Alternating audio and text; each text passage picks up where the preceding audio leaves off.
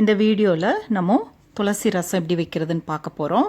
அது வந்து சளி, இருமல், காய்ச்சல் அப்புறம் இம்யூனிட்டி பூஸ்ட் பண்ணுறதுக்கு இந்த ரசம் வந்து ரொம்ப ஹெல்ப்ஃபுல்லாக இருக்கும். வாங்க எப்படி பண்ணலான்னு பார்க்கலாம். மிக்ஸி ஜாரில் 1 டீஸ்பூன் மிளகு, 1 டீஸ்பூன் சீரகம், 1 டீஸ்பூன் கொத்தமல்லி, 1 டீஸ்பூன் துவரம் பருப்பு, அப்புறம் 2 மிளகாய், ஒரு 2லேருந்து 3 பல் பூண்டு, அதுக்கப்புறம் கொஞ்சம் கருவேப்பிலை, இதெல்லாம் போட்டு கொஞ்சம் இந்த மாதிரி கோர்ஸாக கிரைண்ட் பண்ணிக்க போகிறோம். தண்ணி ஒன்றும் ஊற்றாதீங்க. அதுக்கப்புறம் ஒரு கடாயில் 2 டேபிள் ஸ்பூன் அளவுக்கு நல்லெண்ணெய், அது கொஞ்சம் காஞ்சதுக்கப்புறம் கொஞ்சமாக கடுகு, அதுக்கப்புறம் கருவேப்பிலை,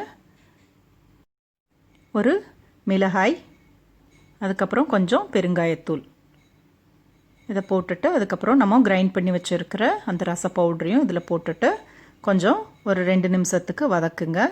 ஏன்னா நம்ம மிளகு, சீரகம் எல்லாம் அப்படியே வறுக்காமல் தான் போட்டிருக்கிறோம். அந்த பச்சை வாசனை போகணும். அதுக்காக இதை வந்து ஒரு 2 நிமிஷத்துக்கு வதக்கிக்கோங்க.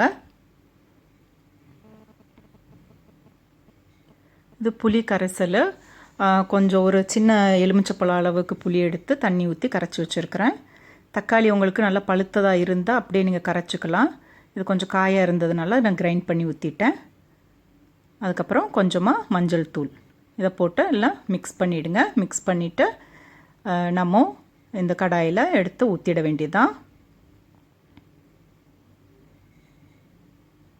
அதுக்கப்புறம் உங்களுக்கு தேவையான அளவுக்கு தண்ணி ஊற்றிக்கோங்க.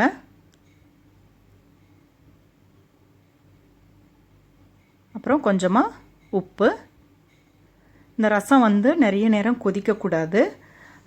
ஏன்னா ரொம்ப கொதித்தது அப்படின்னா அதில் இருக்கிற டேஸ்ட் எல்லாம் மாறிடும். அவ்வளோதான், கேஸ் ஆஃப் பண்ணிவிடுங்க.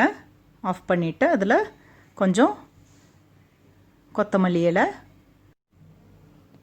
அப்புறம் ஒரு கைப்பிடி அளவுக்கு துளசி, இதை வந்து நல்லா கட் பண்ணி இதோட சேர்த்துடலாம். சேர்த்துட்டு மூடி வச்சுடுங்க. உங்ககிட்ட எக்ஸ்ட்ரா துளசி இலை இருந்தது அப்படின்னா நிழலில் உலர்த்தி பவுட்ரு பண்ணி வச்சுக்கலாம். அது வந்து பிஸா இல்லை அப்படின்னா சூப் பண்ணும்போது யூஸ் பண்ணிக்கலாம். ரெடி ஆகிடுச்சு. சூடான சாதத்தோடு சாப்பிட்றதுக்கு ரொம்ப டேஸ்ட்டாக இருக்கும். இதையே நீங்கள் சூப்பாக கூட பயன்படுத்திக்கலாம். இதை வீட்டில் செஞ்சு பார்த்துட்டு எப்படி இருந்ததுன்னு எனக்கு கமெண்ட் பண்ணுங்கள்.